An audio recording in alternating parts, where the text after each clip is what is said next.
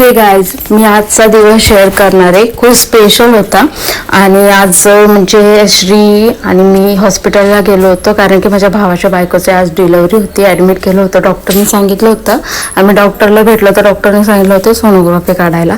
श्रीने डॉक्टरला बघून इतकी भारी स्माईल दिली तर त्यांनी तिला कॅडबरी समोर ठेवले. कॅडबरी ठेवल्यानंतर तिला सांगितलं जुई पाहिजे ती घे.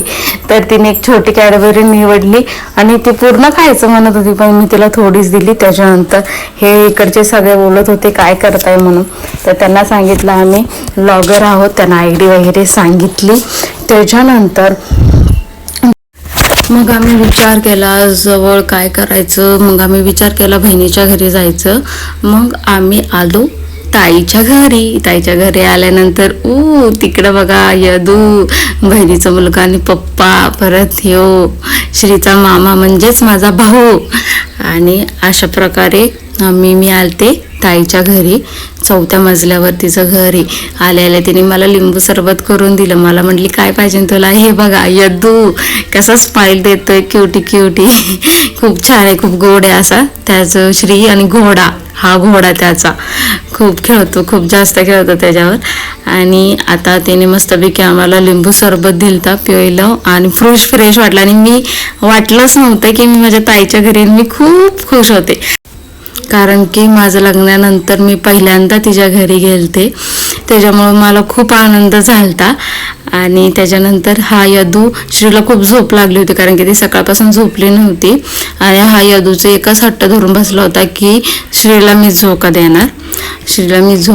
आणि ती कुरकुर करत होती, त्याच्यामुळे तो झोका देत होता. बहीण भावाचं खूप प्रेम एकमेकांवर.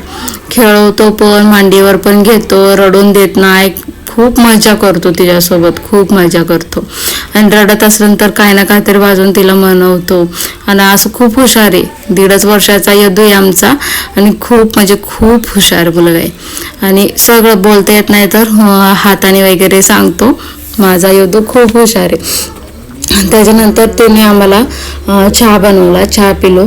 आणि मग काय करू मग ती स्वयंपाक करत होती तर आम्ही यदूला आणि श्रीला मस्तपैकी खेळवत होतो, सायकल खेळत होतो.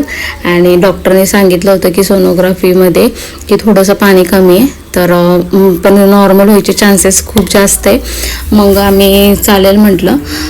तर काळ्याचं इंजेक्शन 4 वाजता दिल्या, 4 वाजता आणि 24 तास वेट करायला सांगितलं होतं. मग आम्ही ठीक आहे बोललो. मग काळ्याचं इंजेक्शन 4 वाजता दिल्यानंतर दुसऱ्या दिवशी यायचं होतं. तर मग थोडा टाईम स्पेंड इथंच केला कारण की श्रीला खूप खेळ वाटत होतं